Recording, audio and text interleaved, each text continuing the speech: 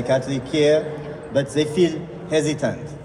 So what would you say to someone who is afraid to seek some sort of professional help? Yeah, for sure. I think Dr. Kalkidan hit on this earlier. One, I would say, of course, you feel hesitant, and of course, you feel uncomfortable and scared. This is, again, not something that most of us, have talked about or heard growing up. It wasn't really modeled for us within our community or within our family. So, of course, you feel hesitant. Many people do. But I would also say do it anyway. It's okay to feel scared. It's okay not to feel ready. It's okay to feel uncertain, and do it anyway.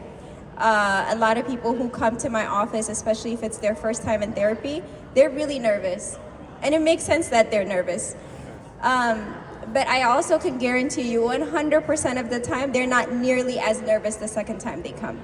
So yes, I would acknowledge the hesitancy. It makes sense. Most people feel hesitant. And in the same way we do other things, right? When we do something for the first time, it scares us, and we do it anyway because it's important. So I would say it's okay, but do it anyway. I would also say there's nothing you gain by struggling by yourself. There's nothing you lose by trying it, and nothing you gain by struggling alone. There is no extra credit for getting through life by yourself. And there are trained professionals that are available, especially now.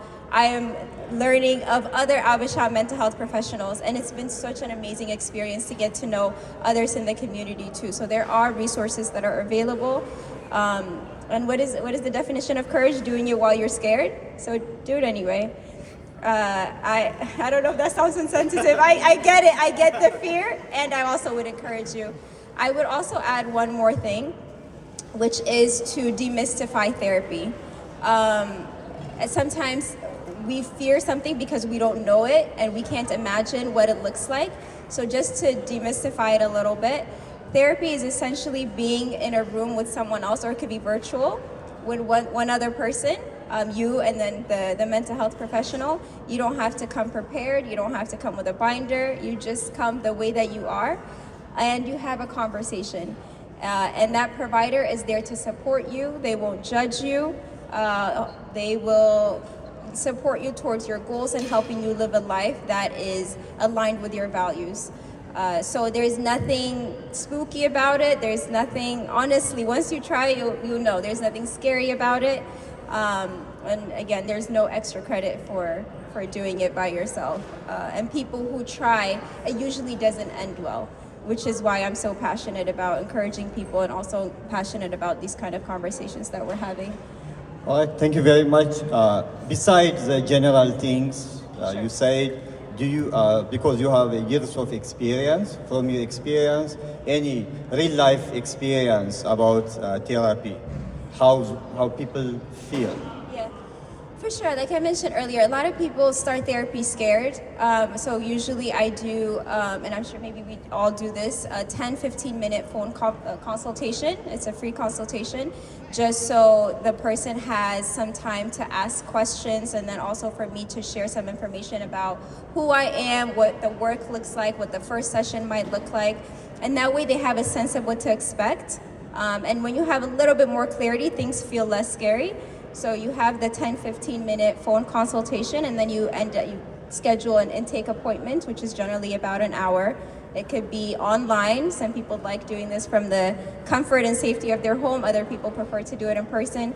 So we do an intake where the provider will ask you questions, and will lead the conversation. So again, you don't have to come prepared. You don't have to know what you're doing. In fact, it's better when you don't come prepared, because then it's not just a representation of a person that I'm meeting. I'm actually meeting the real person. So you have the intake, and then you end up scheduling therapy sessions. What else? Is there anything else I want to add? Oh, I'll add one more thing. Okay. So one thing that people worry about, especially within our community, is if I tell someone my secrets or family secrets, will that come out? And I love faith leaders. I genuinely honor and love faith leaders, but some of the concern is that if I tell someone, then they'll say it from a stage somewhere.